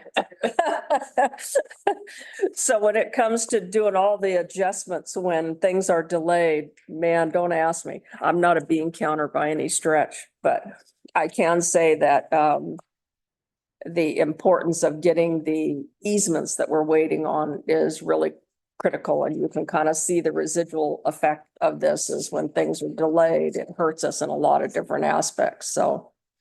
Yeah. All right, next page is 86. That's our reserve. And this is obviously our capital projects. So the first one I want to talk about is 63014. That's the water line replacement up in Haystack Heights. As of a conference call yesterday, we have an agreement family on Haystack Heights easement. We do not have to buy property to get that. Right, and that's Luckily, the corner. the corner lot. Good. And luckily, the adjoining neighbor, the Clydes, have graciously agreed to give 5 feet of their property. What's your name? In order to make this work. As I had shared with you before, we thought we were very close, and the family actually sent me an email saying that they just couldn't get the mom comfortable with the idea of losing 10 feet of property. So the city attorney gave me permission to talk to Sharon, and her husband agreed to give 5 feet of their property. So each party will give 5 feet, and the city will be able to get in and loop that system and get this project done. So Fantastic. I already sent Heather a note and let her know that we had a tentative agreement, and she's going to get all the documents put together for both parties. But we owe Sharon a wealth of gratitude for pitching in and helping out on this, because I don't know if we could have got there without that. So thank you, Sharon. Thank you. Thank you. Next one is the 3 water resiliency projects. Those are our loans that we have. And you know the status of that, so I don't need to go over that with you again. Any questions there? Okay, page 89, that's our SDCs.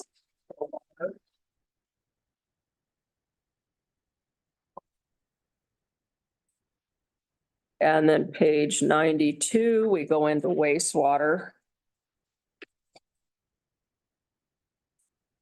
And again, the first two lines or three lines I'm gonna point out, this change is our natural gas and the Pacific Power increases on 62320 and then 62360 and 70.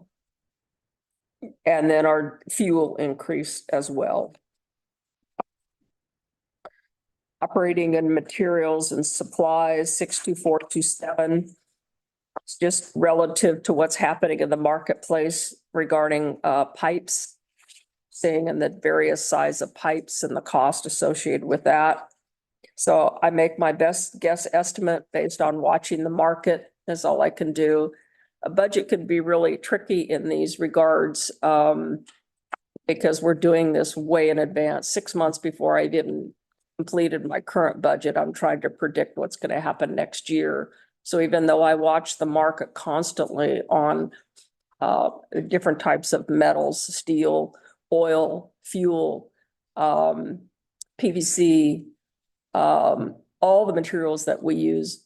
Last year, cedar, I kept a close eye on cedar and plywood. I'm making a guess, like I say, 6 months in advance of what I think I'm going to be dealing with next year. And all I can do is just do some market trending of what I've seen over the last 3 to 5 years. Doesn't really tell me what's going to happen next year, but it's the only way that I can anticipate what could come up based on the projects we have in the pipeline. And so that's how I make my calculations. There's nothing scientific. It's just what's worked for us for the last 7 years. So the other increase is 62430 chemicals. This is the category that we fill our tanks at wastewater to help control the smell of sewer throughout town. So that's what those chemicals are used for. 62542 engineering fees. For all of our categories, especially water and wastewater, we've had to lean on engineers for support on all these easements more than we ever had before. We have to have legal descriptions. We have to have certain types of maps created by an engineer and stamped for all the legal documents. So I've had to increase that to be able to get us through some of these legal requirements. 62562, the electrical services, that's the same thing as it's that state Oregon labor rate increase. 62566, the Lagoon Bank rehab. Last year, we had 50,000 in there. We completed that project. And so I lowered that to 5,000 for just the ongoing maintenance of the lagoons around the wastewater plant there. And then lastly, on page 93, 300, that's wastewater's percentage of the shared forklift.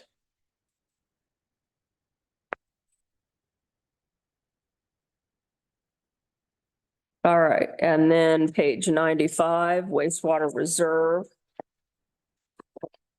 These guys are going to think they got a year off of hard work because we don't have that many projects going on this year. And I say that with tongue in cheek.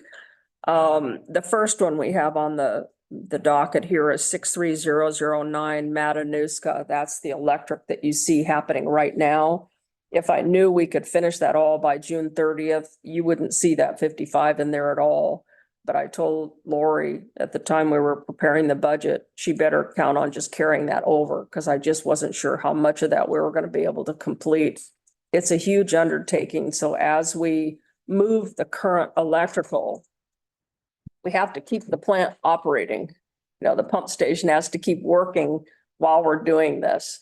So luckily, previous year, we had purchased a new controller.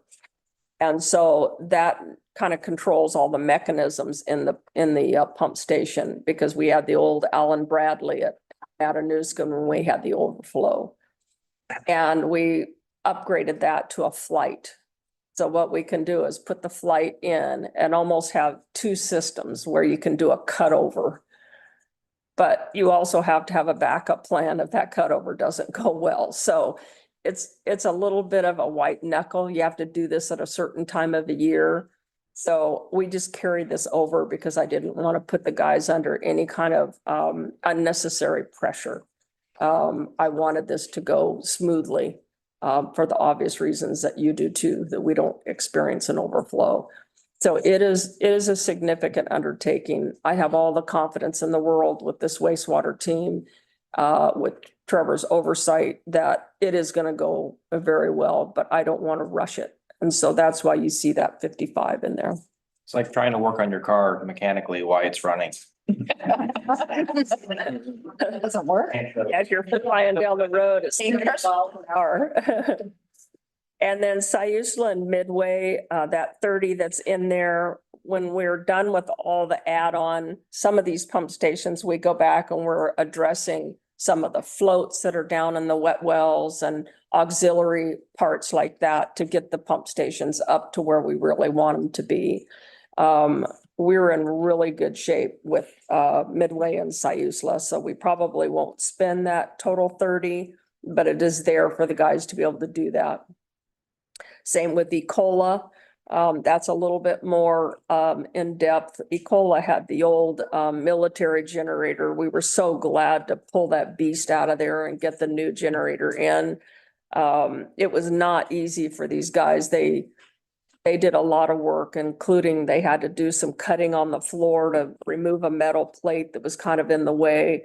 When we get these generators, you know, it's not like saying, well, I either need a king size mattress or a queen size mattress. There's some variables that happen when you're changing a generator out in an existing building, and then to comply with all the ventilation and the space requirements around that is a bit tricky. And, but the guys did a phenomenal job at Ecola. There is some work that they want to do as far as the floats and the wet well and things like that. So that's what that funding is for. And then lastly, on Main pump station, you see that 10,000 in there. I think the teams decided they may not need that, but I left it just in case. Same thing for the auxiliary improvements now that we've got the new generator in there. But I just have to say that we are leaps and bounds ahead of what we've ever been in our pump stations because of this team and the funding that you've given them to get all this done. It's been a real pleasure to be able to go back. We even had a DEQ audit last year and be able to take Randy around to all these pump stations and say, okay, when we had our overflow, here's the things that we committed to do. We've done all that plus some. He was amazed at how much we have accomplished in just that short period of time, and going through the change in leadership that we did on our wastewater team. These guys have literally saddled up and just taken us to a whole different level than we have been. They're not having to sleep in their trucks by the pump station because they're scared of an overflow, you know? I mean, literally, that's where we are. You do, you sleep it around. I couldn't say enough about this team and how hard they've worked. So any questions on the reserve? All right, next page is the page 98, and that's the SDCs.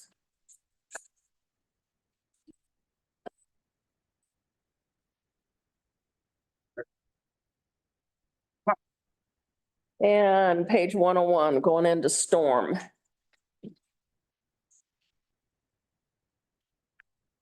No changes on storm. I just want to point out that we do have a 15% in that category. And then 103 is our storm reserve. And you'll see the Presidential Street outfall 63001. That's pending the easement / condemnation. It looks most likely it's a firm condemnation. Heather's really struggling with that one. But luckily, we're not in a crisis. OPRD has been very gracious with us. They understand the predicament that we're in, and they're not threatening fines and all this other kind of silliness that used to go on several years ago. They have truly been good partners in this. They embrace the approach we're taking. They also embrace the approach of doing it in a phased and not all 5 of these drains all at once. So we have a bunch of oceanfront houses flooding in a storm. So they've agreed to let us do this in phases and prove out the concept that we feel is going to work here and give us the elbow room to pull back if we find out that is not successful. Those drains are out on the ocean shore for a reason. And so we need to be really conservative when we go forward on this. But we understand the importance of why they don't want them there. So there's a balance between those two things. What does the 130 represent?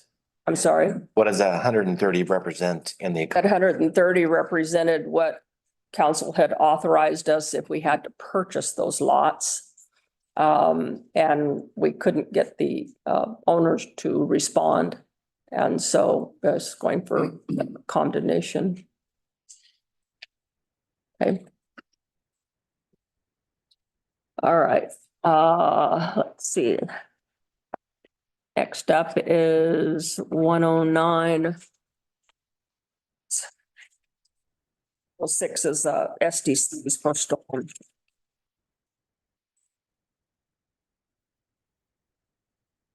All right, and 109 is roads. Same thing. You'll see the pack power increase and the fuel increase. Materials and supplies, same thing. That's just a calculation based on the market increases we're seeing. This is mostly for manhole covers. That's another, material that we're seeing a significant increase on. We were able to buy quite a good batch last year, so I hope I don't have to do as many this coming year. And then 62560 contractual services. That's just the market increases we're seeing, what it's costing us to get things done using suppliers, whether it's labor or materials. And then 6258 facility maintenance. We've had to do some work on the door and the keypad out at the Public Works yard. The door wasn't closing properly and we can't have the building unsecured, so we had to order a new door and get the keypad replaced. It's on the side of the building where it takes most of the weather. When the wind's blowing, the rain hits that side of the building, so it takes a lot of abuse. And then lastly, 62640 pavement preservation. That increase is just simply the oil increases in the marketplace and the labor of what paving companies are charging. We currently have our list of overlays out for quotes right now with the 3 different paving companies. It's not a very long list. This year I'll be bringing that to you. We're not paving anything gravel to pavement. This is all just maintenance overlays. So I'll be anxious to see what the quotes come back at this year. 63007 Talivana Beach access ramp. We carried those funds over from this year. Luckily, we haven't had to spend anything on that yet, and we are actually in the process of working with state parks on that.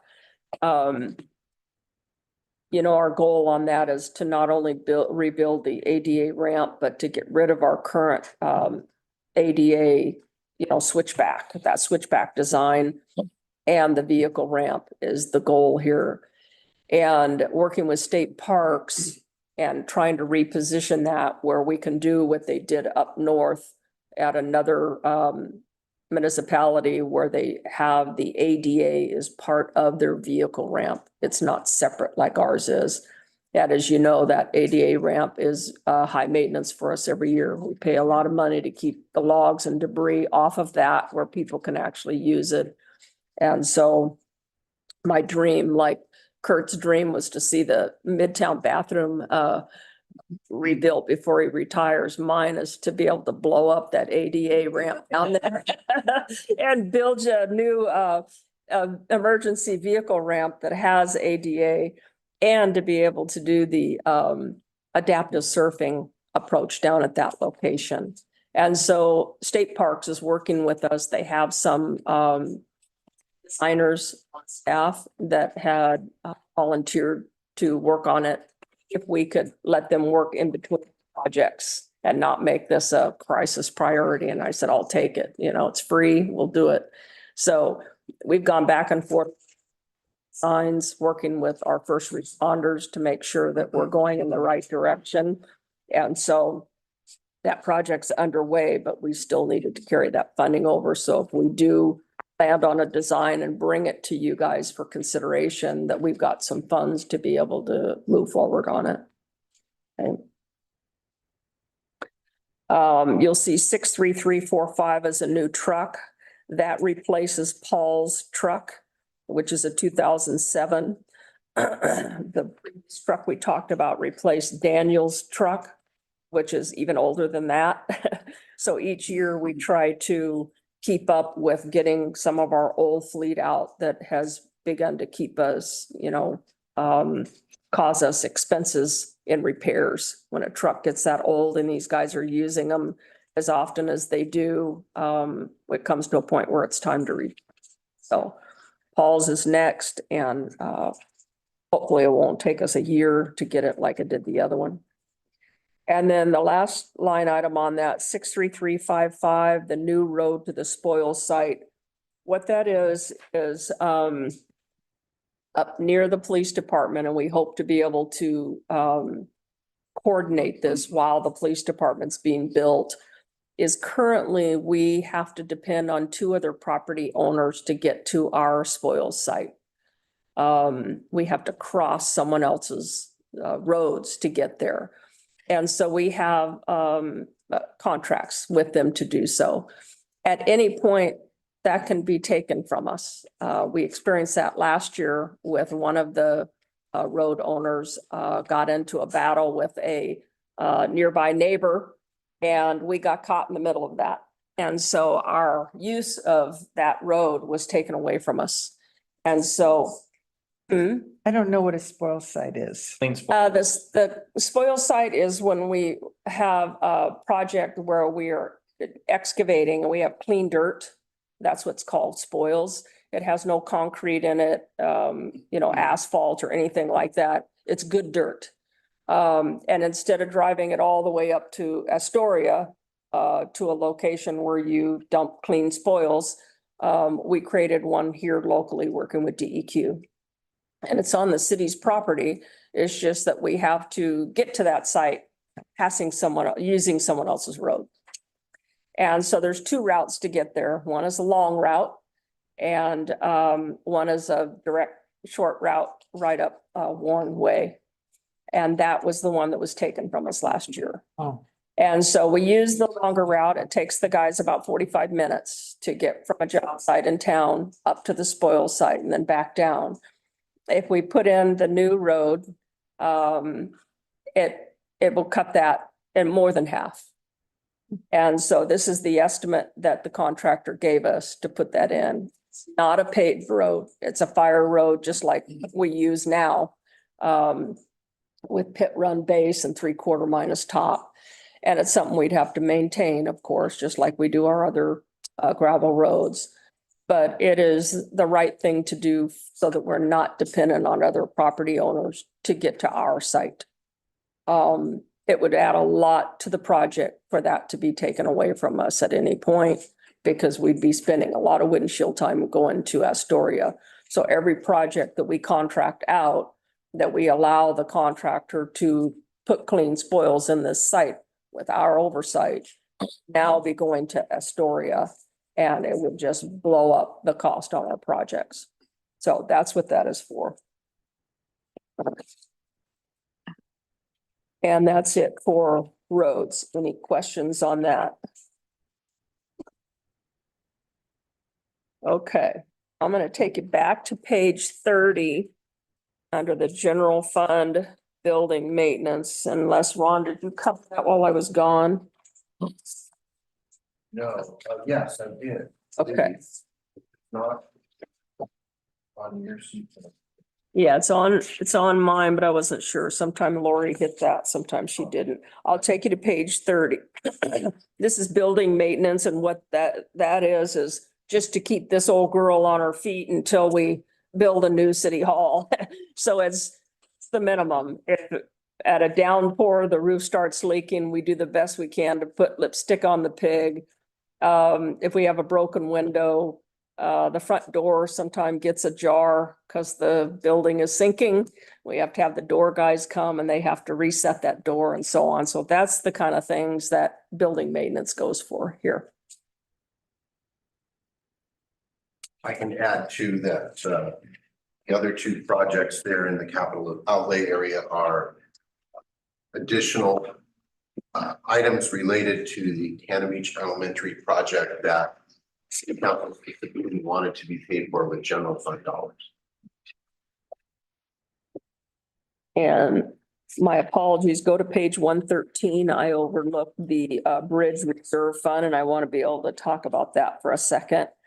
That's for the First Street Bridge rehab. That's the grant money that we got from FEMA.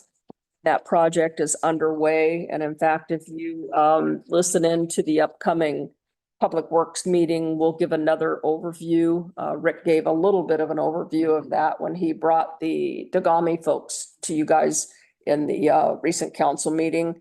But Civil West will be coming and giving my Public Works Committee some input and talk about the public outreach that we want to do as part of that project. If in fact we find ourselves having to rebuild the bridge instead of retrofit it, they want to get some input. We'll probably mirror a lot of what Jeff Adams did with the TSP in the way that he rallied the community to give input by links that they can go on the website and fill out surveys, or they can email in, or however they want to get us the input, is what Civil West is going to talk about, some ideas that they had. So that's When is that committee meeting? that is next Thursday, I believe. It's on our city website. So that's that. That's the only project that is in that right now. And then page 131. That's the admin. That's me, Sherry, and Mike, of course. The only increase you saw there is 62720 protective clothing. With Mike Benefield coming on, we needed to get him the proper gear to be out in the field up in the reserve where we're doing that water resiliency project. He needed the proper footwear and things, so we increased that to get him the proper gear. He's out in the field more and more. And that's it.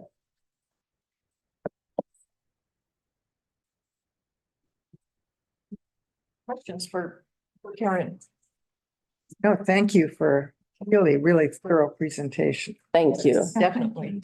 We really appreciate the support we get from you guys, and there's a lot of pride and honor in being able to spend the money the way we do and actually see the results of that spending. That's the fun part about being that you can go see the building add-on, you can see the results of all these things. So my team appreciates, as do I, the support we get from you guys, and the kind words that you've said this year, especially in the meetings, means a lot to me personally and my team. So thank you for that. Well, I think we appreciate the fact that we all feel pretty confident that it's being maintained, that this, The best ever. yeah, it's Makes us nice to see these projects done. Thank you. I like watching AJ and Kirk together because I always call Kirk kind of the papa of public works. You know, he's been around forever. Grandpa. Everybody listens to Kirk, right? You know.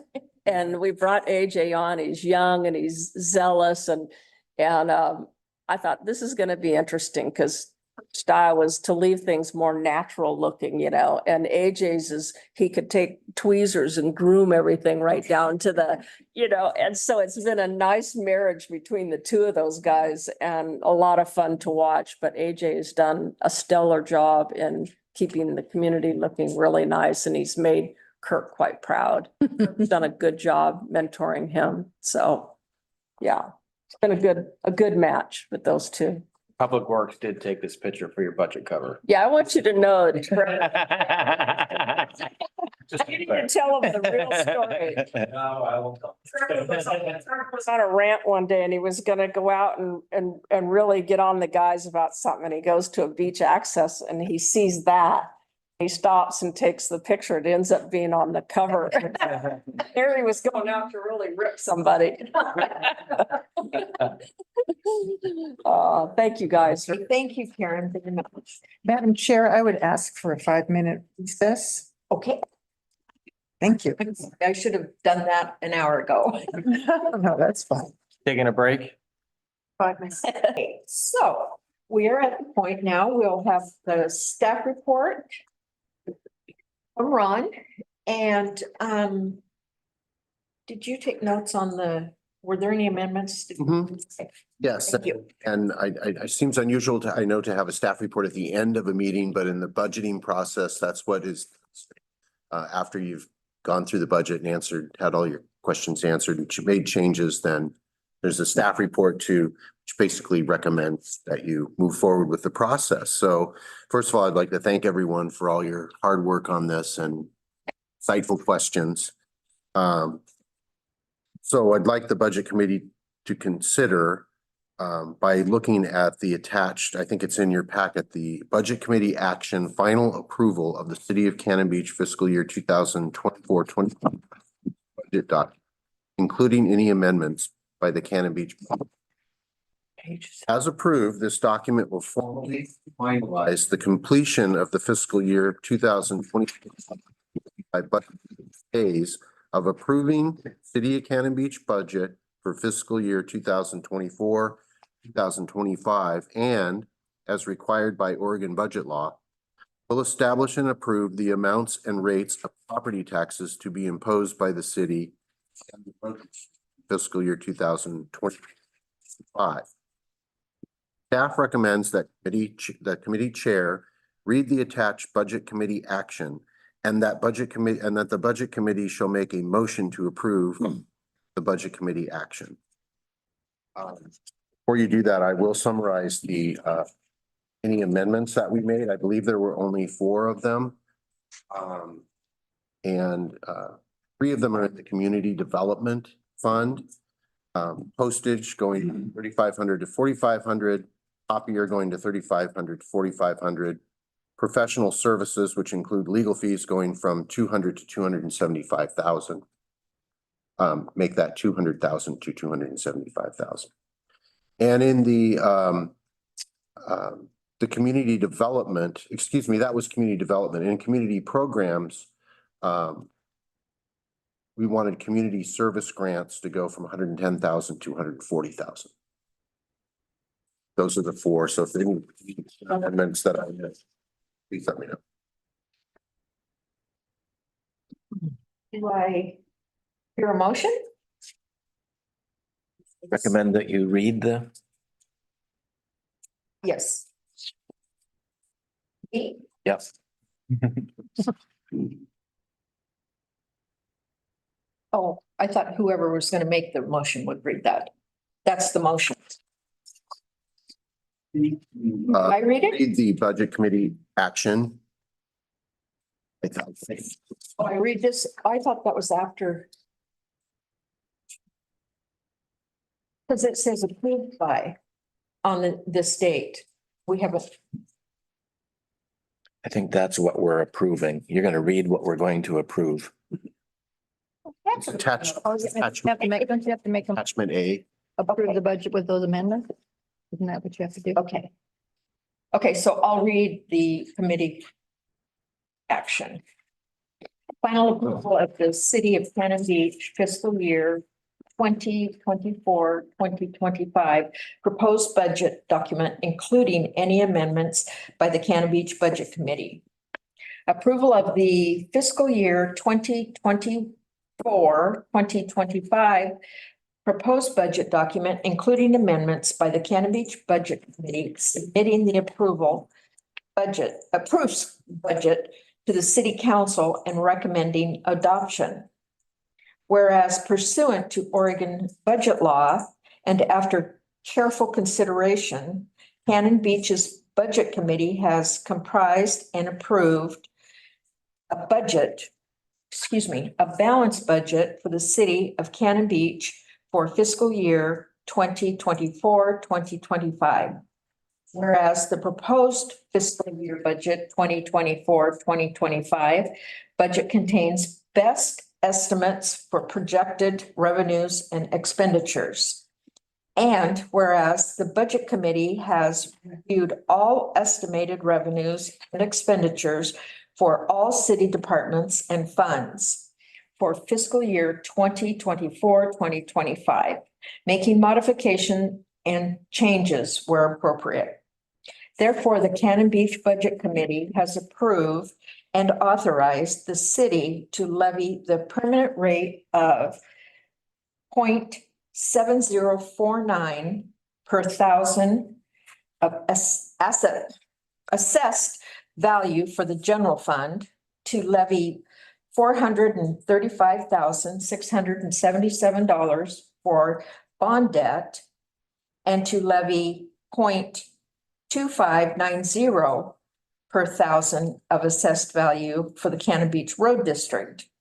After completing all obligations required under Oregon budget law, the Cannon Beach Budget Committee hereby approves the fiscal year 2024-2025 proposed budget as amended, comprised of revenues and expenditures for all city funds and departments, and submits the approved fiscal year 2024-2025 budget to the city council for further consideration and recommended adoption.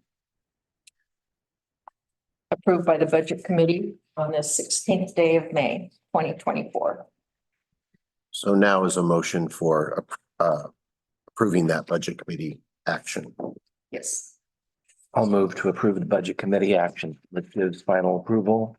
City of Cannon Beach fiscal year 2024-2025 proposed budget document, including any amendments by the Cannon Beach Budget Committee. Second. It's been moved and seconded. All in favor? Hold on, shall we have some discussion? Oh, certainly.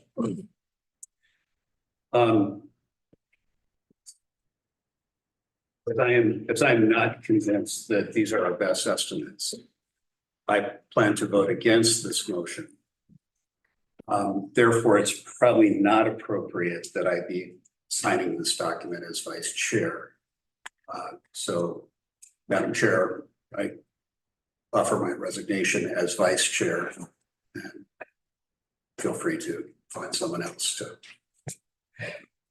Okay, you certainly could sign it. Your vote shows how you felt. Or how you feel, excuse me, about it. This is enough of an attestation. I don't want my name attached. You don't want it, okay. So, Well, this is where we need Jen. I don't know if she's listening, but I don't know the process for a resignation mid-meeting and then another action to whether it's something that can be done later, you know, or might be able to do this. mid-motion too. Yeah, so I think we will need the city reporter to coach us on this. Here she is.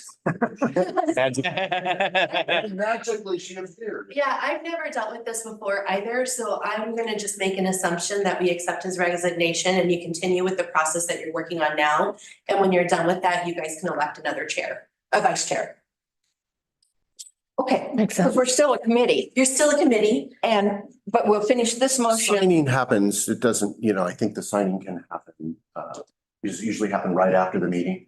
Yeah, so if you guys finish this motion, we accept his resignation, and when you're done with it, then you can still make a motion for a new vice chair. Nominate a new vice chair. And then we'll even if you reprint. still have a chair and a vice chair. Okay, but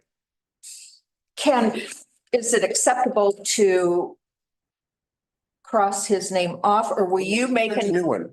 you'll print a new one? Okay. Okay, that makes sense Mhm. to me. Yeah. Does to me. Thanks to me. Okay, with regret. I do have one question though. Do we need to make a motion to accept his resignation? We never have in any other committees. Okay. I don't know that that's Okay, thank you. needed. If you would like to have it documented, you can. Well, no, it'll be in the Yeah, minutes that he yeah. can sign. I have another question. Tim, can you explain why you don't agree with these estimates? Sure. I mean, let's look at the answer provided here to page 43. Why do we need a contingency in this fund for the non-departmental fund? We approved an increase in the contingency of over $300,000 because there was a policy taken that the city manager wanted the number to be 15%, not 10%. That number is not justified by anything in those counts. I like transparency. I like the numbers to reflect reality. To me, that's not transparent. I wouldn't be the only example, but it was the one that really stuck in my craw. If you look at the answer there, it's city manager asked us to I asked why. So give me a scenario. Answer was. Tim, can I ask you a question though? What does that have to do with transparency? I see that you don't agree with that contingency. Right. That I understand, but I don't understand what you're talking about when you say transparency. Sure. The answer seemed transparent to me. Yeah. It's because the city manager asked for it. He feels more comfortable with it. So to me, and this is just me, and I respect your all ability to disagree with my point of view, but we categorize things as expenses, say this is what it costs to operate the city. And then we have revenue sources. And in this particular case, it does not seem transparent to me to say this $300,000 increase in expenses is at all tied to reality. And I'm new, but can I say one thing? So with regards to the contingency can only be used by board action. So if contingency is ever used, we as staff have to come before the board, ask them to do a budget amendment and do the contingent and use that contingency. So from that standpoint, that's where the additional transparency comes in. The other thing is with regards to the contingency and ending fund balance, if we show it in ending fund balance, we can't touch it until the following year. Right. So even if we did have an issue, we couldn't use it at that point in time. So, but that's just me being a new guy. Probably since the money amounts top line are not going to change, the more transparent thing would be to increase the size of the general fund revenue reserve, which could be used then, and keep the expenses in line with our consistent presentation of this is what we really think it costs the city to run. It's a pretty aggressive stance to say we thought, and it wasn't true of all accounts, but we thought the expense contingency should go up by 50%. That's a big change. Can I add something as well?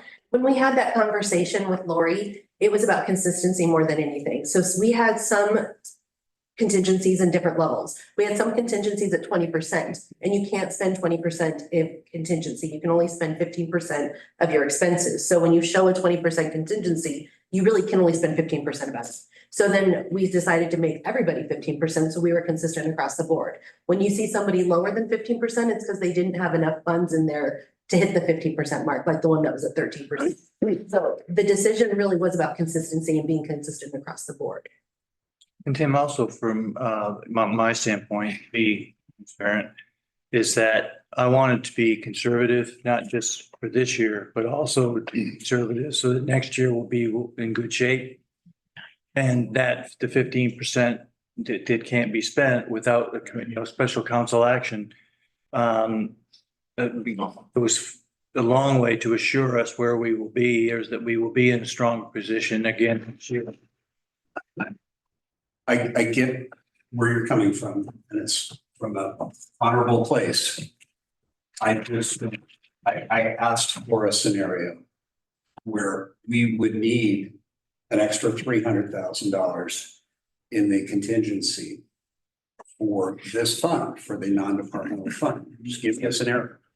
None was provided here. Well, I think I tried to give it to you with what I just said, that it's not, I don't look at budgeting just for this fiscal year, but it's like, what's it going to be for the next year? And trying to put ourselves in the best position that we can. So you may not agree with the philosophy, but that's the why that those numbers are at 15% instead of 10. But we didn't get to the point where really almost any contingency makes sense in the non-departmental fund. It just doesn't necessarily make sense to me. But we were doing it across all the funds, which you may or may not agree, but that is consistent with what I was trying to accomplish.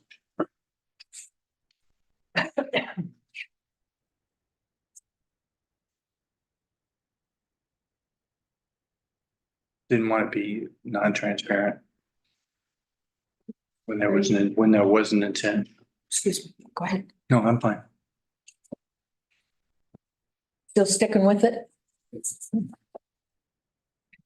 And we'll accept your,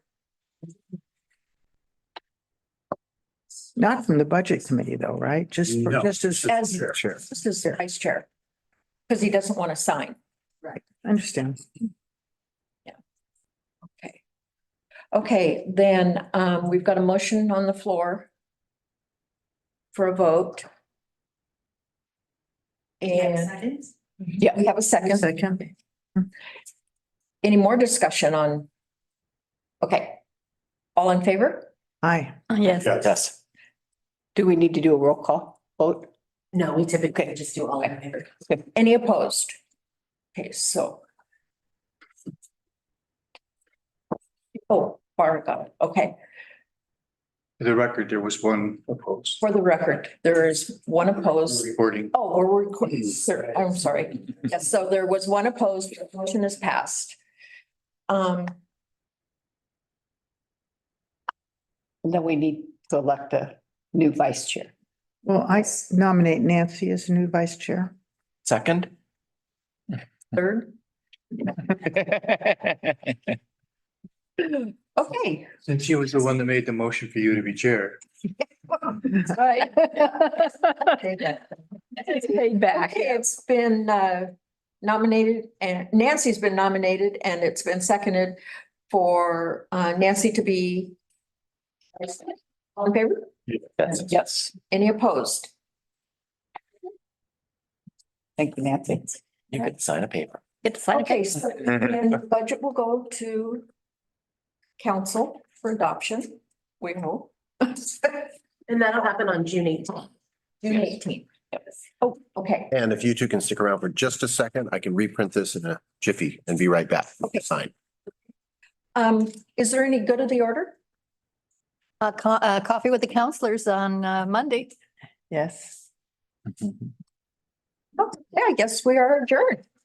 Thank you, everybody.